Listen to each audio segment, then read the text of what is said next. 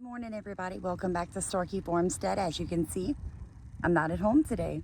We are actually here supporting classmates and some friends of ours with their own farm doing a cover crop demonstration. So I hope you enjoy this video. Here with Cicada Calling in Independence, Louisiana, and it is absolutely stunning. Look at that. Isn't that beautiful? So thank you guys for watching. I hope you enjoy. Please let me know what other topics that you would like to learn about. So this was our first field we ever started, this is one where we did do the cardboard in the beds and we managed the weeds pretty well. So like you can still see like this is like the pathway and stuff, and we walk down this a lot to drag the let's see if I can get a little further. But yeah, this is pretty broken down now. I mean, it's like basically soil again. So like wood chips just break down so fast in our climate too. That's a whole nother thing. In other farms, it probably lasts like 2 seasons. Like in Louisiana, it's like, 6 months or less. So, but yeah, so this was our watermelons, cantaloupe, summer stuff. We mowed this down. We had to weed eat it because, like I said, we didn't have a flail mower, so that was a bitch and just took forever. And once we weeded it, we dragged the tarps over, let it sit for a couple months, and then you want to talk about when we pulled them off?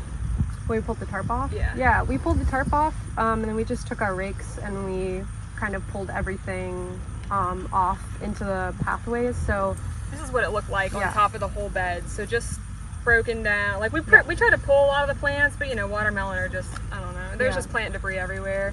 There's just like a beautiful layer on top. Yeah, and it was pretty easy to pull it off, and it felt really good to see that the soil was so light and fluffy. It was so tilthy and it was so and pretty. nice. Like we just kind of went down, and did the next row and did the next row.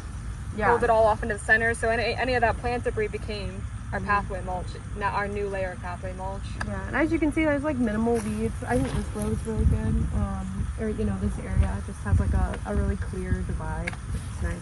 Then we just broadcasted the buckwheat, so we just like walked down the rows, just doing that, and then we came again with a rake and just kind of just like very, very, very roughly did it, and then had the sprinkler on. I think the key is having the sprinkler on every day until it germinates. Once it germinates, you're probably pretty good. Yeah. After that point, once a week, once every 2 weeks if it hasn't rained. We've been trying to water since the intense drought. We just put the sprinkler on every other week or something. Also, you just walk through and all you hear is bees, which is kind of I was gonna say, it smells terrible. Lovely sound.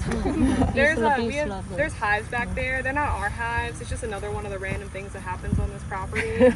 But whenever they're our neighbors, our friends, so we feed them, they feed us. But soon they'll succeed, yeah. So this is probably like generally like maybe Terrence, you can talk about like at what point would you terminate this, like buckwheat. Yeah, I'm saying now. Yeah, so we'll probably this week sometime. Yeah, exactly. Yeah. And you just chop and drop, or? So for terminating, there's like we're kind of still figuring out what works best for us. We want to get into a place where we are trying to grow our own mulch and not have to buy in the hay. Yeah. So like if we're going to be transplanting into a bed or a field, what we would do is crimp it. So we'll show that in the tunnel. We would crimp it and then throw the tarp on. And buckwheat isn't the greatest mulch cover crop, I would say, like rye and some of those other ones are, but just for the purposes of like having something to it's cover fast, the soil. so It's fast.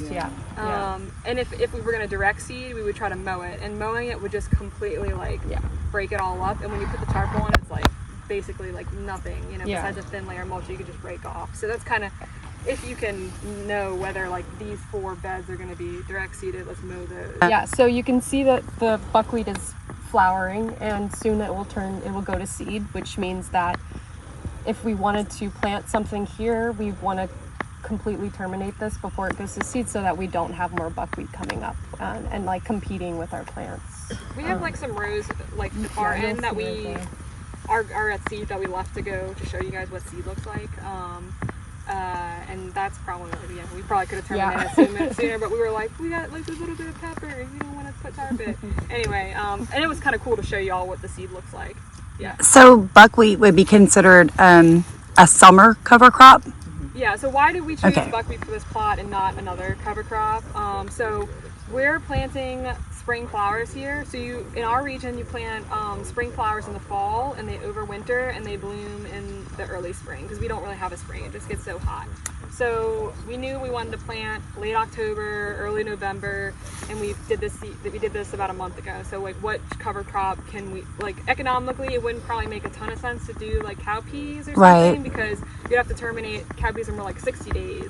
So you'd have to terminate it when it's not fully grown. You're not like getting the full value out of your investment. Yeah. So we just did buckwheat to just get like something quick and turn the soil quick and add some more nutrients and cover crop in, because a lot of people talk about cover cropping like you should treat your cover crop like you treat your cash crops. Like if you give them the right nutrients and they'll grow big and do a lot of wonders for the soil. Like if you don't broad fork and they're really compact soil and there's no nutrients in there, they're not going to grow either. And then what's the point of even cover cropping? So a lot of people talk about like, you know, you should have broad fork beds, you should add a layer of compost, all that crap, you know, stuff. We don't have compost, so, or like we don't have a volume of compost, so we don't do that, but we just use a pelletized chicken manure, organic, so we just do a little sprinkle of it. It's not based on like looking at our soil tests, you know. Generally we have pretty even everything, we just give it a little boost.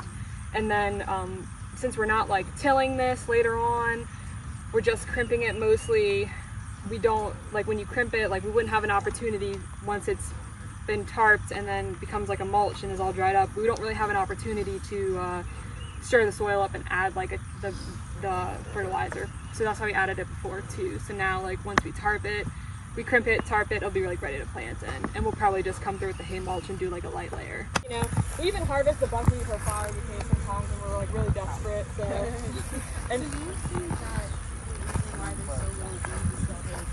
Okay, and this is buckwheat going to seed.